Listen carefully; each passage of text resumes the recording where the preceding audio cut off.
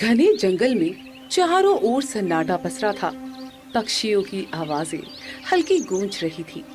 वहीं अंधा गोपाल डगमगाते कदमों से आगे बढ़ रहा था। हे भगवान, मुझे कुछ दिखाई भी नहीं दे रहा, न रास्ता न कोई इंसान। मैं चलते चलते इतने घने जंगलों में आ गया हूँ। अब मैं गांव कैसे जाऊँ? मुझे तो कुछ समझ में नहीं आ रहा। वो लड़खड़ाते हुए आगे बढ़ता है। तभी झाड़ियों के पीछे से एक डकैत उसे देख लेता है। अरे वाह, ये तो अच्छे घर का लगता है। कपड़ा भी बढ़िया है। अगर इसे पकड़ लूं तो इसके घर वालों से ढेर सारा पैसा वसूल कर सकता हूँ। हाँ, यही ठीक रहेगा। वो दबे पांव गोपाल के पास आता है और उसके गर्दन पर चाकू रख देता है। कौन है? कौन पकड़ रहा है मुझे? छोड़ दो, मुझे जाने दो। भगवान के लिए मुझे छोड़ दो। गोपाल घबराकर हाथ बढ़ाता है और गलती से उसका हाथ डकैत के सिर पर पड़ जाता है। अचानक एक अजीब सी चमक होती है और वो डकैत सोने की मूर्ति बन जाता है। अरे अरे, ये क्या हुआ? तुम कुछ बोल क्यों नहीं रहे हो? ये कैसी ठंडी देह है? ये तो मूर्ति बन गया। वो घबराकर पीछे हट जाता है।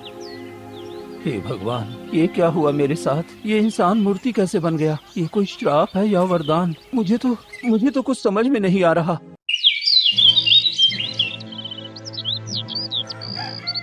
गौरीनगर गांव में एक गरीब किसान रघु अपने अंधे बेटे गोपाल के साथ रहता था। वो बड़ी मुश्किल से अपने बेटे का देखभाल कर पाता था।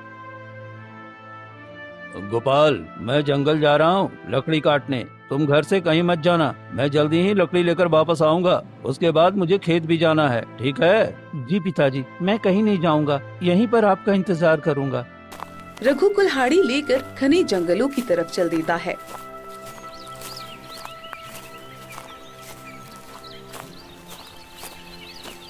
तभी जंगल में वो एक घायल गाय को देखता है।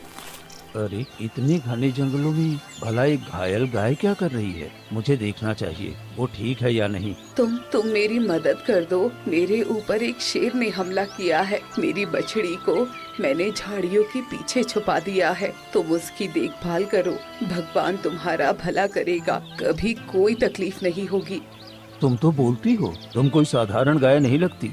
मैं साधारण गाय नहीं हूँ।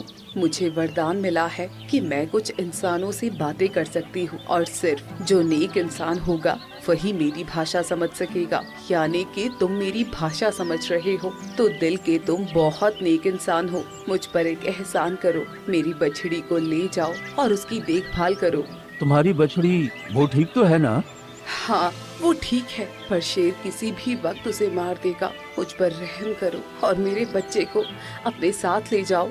ठीक है, मैं तुम्हें वचन देता हूँ कि तुम्हारे बच्चे को भी मैं अपने बच्चों की तरह पालूंगा। तभी झाड़ियों से एक छोटा बछड़ा बाहर आता है। तभी गाय की मृत्यु हो जाती है। नहीं माँ, तू मुझे छोड़कर नहीं जा सकती। माँ, उठो ना। मेरा अब देखभाल कौन करेगा? शांत हो जा बेटी। अब तुम्हारी माँ इस दुनिया में नहीं रही। अब से हम तीनों हमेशा एक परिवार बनकर रहेंगे। पर मेरी माँ मुझे छोड़कर नहीं जा सकती। ये तो कुदरत का नियम है, जो आया है उसे जाना ही पड़ता है। रुको, मैं तुम्हारी माँ की अंतिम यात्रा अच्छी तरह से कर देता हूँ। रघु मिट्टी खोदकर गाय को दफनाता है और बछड़े को लेकर अपने घर आ जाता है। अगर इस कहानी ने आपका दिल छू लिया हो तो नूनू स्टोरीज ऑफिशियल को सब्सक्राइब करें, लाइक और कमेंट करके अपना प्यार जरूर बताएं।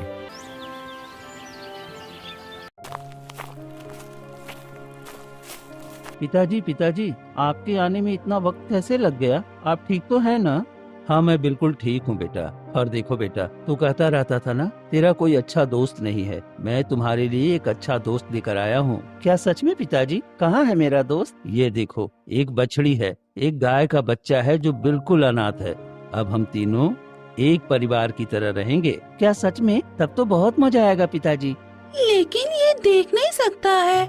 नहीं, ये देख नहीं सकता। ये जन्म से ही अंधा है। इसलिए अब से तुम दोनों एक अच्छे दोस्त की तरह पूरी जिंदगी साथ रहना। और कभी मुझे कुछ हो जाए तो तुम दोनों अलग मत होना। मैं वचन देती हूँ कि मैं तुम्हारे बेटे को कभी कुछ नहीं होने दूंगी और हम दोनों एक अच्छे दोस्त की तरह हमेशा साथ रहेंगे।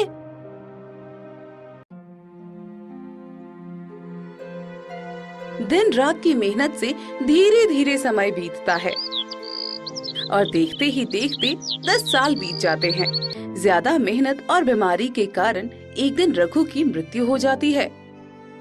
पिताजी, पिताजी क्या हो गया? आप कुछ बोल क्यों नहीं रहे हैं? गौरी, पिताजी को क्या हो गया? ये कुछ बोल क्यों नहीं रहे हैं?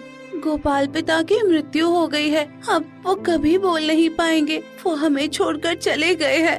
नहीं नहीं, ऐसा नहीं हो सकता। पिताजी मुझे छोड़कर नहीं जा सकते। पिताजी, पिताजी उठिए ना, क्या हो गया है आपको? गोपाल फूट फूट कर रोने लगता है। ये आवाज सुनकर गांव वाले आ जाते हैं। अरे गोपाल, तेरे पिता की मृत्यु हो गई है। अरे अब क्या होगा इस बेचारे अंधे का? अब तो इसका दुनिया में कोई नहीं है। कैसे ये अपने पिता का अंतिम संस्कार करेगा? हाँ, तुम ठीक कहते हो भाई। अरे जब से ये पैदा हुआ है, एक तो अंधा पैदा हुआ, ऊपर से इस बेचारे को इतना परेशानी और इतना काम करना पड़ा कि देखो वक्त से पहले ही चला गया। अब पता नहीं इस अंधे का क्या होगा। हाँ हाँ, लगता है यही अपशगुन है। जन्म लेते लेते अपनी माँ को खा गया और देखो अब अपने पिता को भी खा गया। ऐसे अपशगुन को तो हमारे गांव में भी नहीं होना चाहिए। आप लोग ये कैसी बातें कर रहे हो? मेरे पिताजी की मृत्यु हो गई है और आप लोग अभी भी उल्टी सीधी बातें कर रहे हो। चले जाओ यहाँ से। अगर मेरे गम में शामिल नहीं हो सकते तो कम से कम मुझे ताना मत मारो। ये ठीक नहीं है। अरे इसकी अकड़ तो देखो। एक तो ये अंधा है और ऊपर से इसकी हालत इतनी कमजोर है। अरे अब तो संभल कर बात किया कर। एक तू और एक ये तेरा गाय, तुम दोनों क्या कर लोगे? हाँ, पूरे गांव में तो भूखे मरोगे। सभी गांव वाले वहाँ से चले जाते हैं। गोपाल, अपना दिल छोटा मत करो। गांव वाले तो ताने देते हैं। मैं तुम्हारी जिम्मेदारी उठाऊंगी। तुम्हें कुछ भी नहीं होने दूंगी। तुम्हारे पिता को वचन दिया था, उन्होंने मुझे अपना समझा, तो मैं तुम्हारा सहारा बनूंगी। तुम्हारी अच्छी तरह देखभाल करूंगी। गोपाल और गौरी मिलकर रघु का अंतिम संस्कार करते हैं। कुछ दिन बीतते हैं।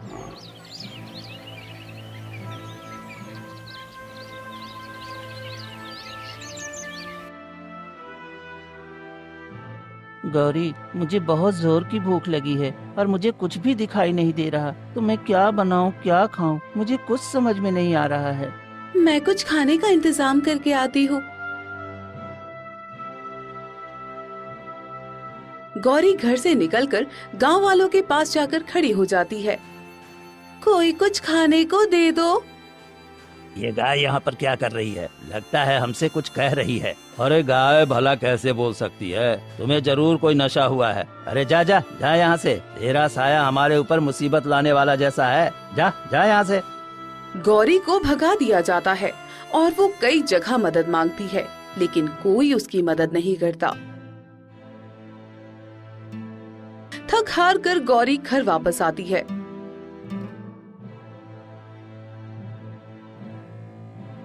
क्या हुआ गौरी? कहीं कुछ खाने का इंतजाम हुआ क्या? मैंने गांव वालों से मदद मांगी, पर कोई मेरी बात नहीं समझता, क्योंकि किसी के दिल में दया और प्रेम है ही नहीं। सब छल कपट से भरे हुए हैं। ये मेरी भाषा सिर्फ तुम और तुम्हारे पिता ही समझते थे और कोई नहीं। दिन बीतते हैं और दोनों की हालत दिन ब दिन खराब होती जाती है।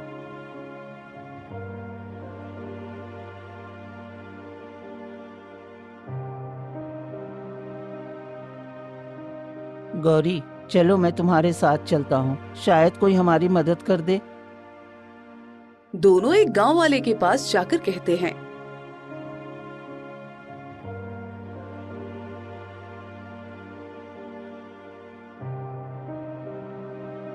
भगवान के नाम पर कुछ खाने को दे दो काका। हम दोनों कई दिनों से भूखे हैं। पिताजी नहीं है, जिस वजह से हमने कुछ खाया भी नहीं है। अरे जा जा, तुम जैसे मनुष्य का यहाँ रहना बेकार है। निकल जा मेरे गांव से। हाँ, बिल्कुल ठीक कहता है। अरे तुम्हारा अपशगुन अब हमारे गांव पर भी पड़ रहा है। तेरी पड़ोसन ने कहा है कि उसने तुम्हें एक बार खाना खिलाया था, इसलिए उसकी जान अब खतरे में है। इसलिए तुम दोनों हमारे गांव से निकल जाओ। सभी गांव के लोग मिलकर उन्हें भगाने लगते हैं। भगवान के लिए ऐसा मत करो। गांव वाले उनकी एक नहीं सुनते। गोपाल चलो, ये लोग हमारी कोई मदद नहीं करेंगे और हमें मार भी सकते हैं। हमें यहाँ नहीं रहना चाहिए, चलो निकलते हैं। गौरी गोपाल को लेकर गांव से निकल जाती है।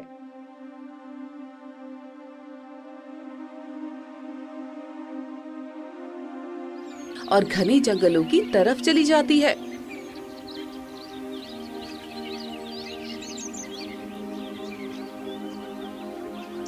गौरी, हम कहाँ जा रहे हैं? चिंता मत करो गोपाल, अब तो गांव वाले हमें रहने नहीं देंगे, तो कहीं न कहीं रहने का इंतजाम करना होगा। चलो जंगल में ही चलते हैं। वहाँ तो जिनका गांव में ठिकाना नहीं होता, उनको जंगल में जगह मिल ही जाती है। चलो चलते हैं। दोनों आगे जा ही रहे होते हैं कि अचानक किसी के कराहने की आवाज आती है। गौरी, ये कराहने की आवाज किसकी है? लगता है कोई मुसीबत में है, हमें उसकी मदद करनी चाहिए। हाँ हाँ, क्यों नहीं, चलो देखते हैं आखिर कौन मुसीबत में है। दोनों आगे बढ़ते हैं और एक साधु को घायल अवस्था में जमीन पर पड़ा देखते हैं। ये कौन है? ये एक साधु है, इनके पैर से खून निकल रहा है, लगता है उन्हें चोट लगी है। हमें उनकी मदद करनी चाहिए। तुम मेरी मदद कर दो। मेरे पैर से खून निकल रहा है, कब से बंद ही नहीं हो रहा है। तुम दोनों मेरी मदद करो, तुम दोनों मेरी मदद करो। हाँ साधु महाराज, क्यों नहीं, मैं अभी कुछ औषधियाँ लेकर आती हूँ। मुझे पता है, पिताजी ने बताया था कि नीले रंग के फूल का रस लगाने से खून रुक जाता है और जख्म भी जल्दी भर जाता है। ठीक है, मैं अभी लेकर आती हूँ। गौरी जंगल के थोड़े अंदर जाती है।